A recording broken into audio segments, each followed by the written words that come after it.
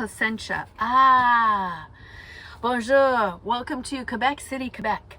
In this video, I want to share how much money it cost me to drive from Vancouver all the way to St. John's, Newfoundland, and then to Placentia Bay, which is the tip of Newfoundland to go back to Nova Scotia. So it's a 3-month journey that I'm going to share how much it cost me and also how much money I made, because I'm a blogger, so I was actually earning money on the road. But first I have to tell you what kind of road trips I do. I love being around libraries, art galleries, museums, community centers, parks, small urban areas where I can watch people and just sort of absorb the way we live and see what people do with their days. Just over there, there is a swimming pool. It's a free community pool with free showers, and I found it just by riding Violet, my bike, around, and then I hear these kids playing in a pool, and voila, there I am having a free shower. So for gas, I paid for gas in 2 ways. Number one was our President's Choice Superstore card, and that means you get about 10 cents a liter off every liter of gas you buy. What I paid ranged from $1.71 in Saskatchewan, $1.71 a liter back in April, all the way up to $2.26 in Newfoundland. And with the President's Choice gas card, you only get 10 cents a liter off up to 40 liters of gas. And for the times that I couldn't find an Esso that offered the PC points, I used our MasterCard, which gives us a higher cash back value. So the gas at Shell, Petrocan, and other places was 487 Canadian dollars. The propane was 37 bucks. The oil change was 125. So my restaurants and accommodations, I had to stay in a hotel for 4 nights because I wanted to take Ruby, the camper van, in for a fridge part replacement as well as a touch screen sensor upgrade. And then I stayed in 3 different campgrounds. Bruce Peninsula was most expensive, and the Kuchipujik in New Brunswick was my favorite campground. Oh yeah, and I stayed in a campground in Newfoundland near Twillingate because there was really nowhere to boondock. And my restaurant bill came to a total of $83 over 3 months. Recreation and tours. My favorite way to grab a shower is to go to a recreation center and have a swim and a hot tub. Recreation over 3 months came to $59. And then I went on 2 boat tours. One was to Western Brook Pond in Newfoundland. It was beautiful. It was up a fjord. It's a landlocked fjord. It was so gorgeous. And then we went on a whale watching tour in Brier Island, Nova Scotia.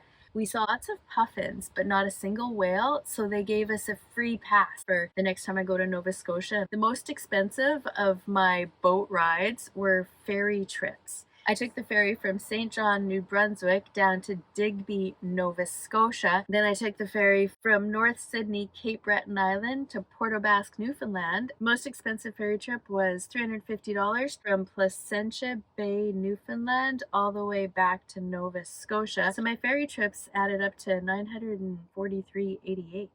Food and groceries is next. I shop at Superstore as much as possible because we can use the points card. I spent a total of $1,428 on food in 3 months. But that doesn't include my liquor. Oh, no, it does. So the grand total came to $6,651.05. Now the kilometers. It's 6,687 kilometers from Vancouver all the way to St. John, Newfoundland. I did a lot of round tripping and getting lost and meeting different people in different places. I clocked 8,001 kilometers in the 3 months that I'm calculating all this. Now, my income. What did I earn while I was on the road? I've been blogging for 17 years now, and I'm a full-time blogger. I've always made money from my own blogs. My best years, I was making over $100,000 a year, but I got really tired of it because it just became about I'm going to make more and more money, and I wanted to do something more interesting than that. But even though now all I do is approve comments on the thousands of blog posts that I already have, I'm still making a pretty good residual income. And there's very little I have to do in terms of upkeep other than making sure they're always up and running and making sure that I pay my web hosting fees. So here's what I'm earning right now. Google, in the 3 months, April, May, and June, I earned a total of $51.97. For Amazon, they pay in US dollars. I earned 2,364. My ebook sales, I earned 551 US dollars from those sales. And I've written a couple of articles for a live magazine in the 3 months I was away, and that came to 800 Canadian. I think that I've covered most of the questions that I've been asked about how much it costs to do this road trip. Water fill up. I have never paid for water. What I do is I take my water bottle, which is about a half a liter, and I always have it empty every time I go out somewhere. And I always just fill it up in the bathroom or wherever I can. And I have a, a 70-liter freshwater drinking tank. And I usually only use that for washing dishes. Oh, and a data plan. So I have a monthly, how much do we pay? $65 a month, and I get 10 gigabytes and free unlimited texts and phone calls in Canada.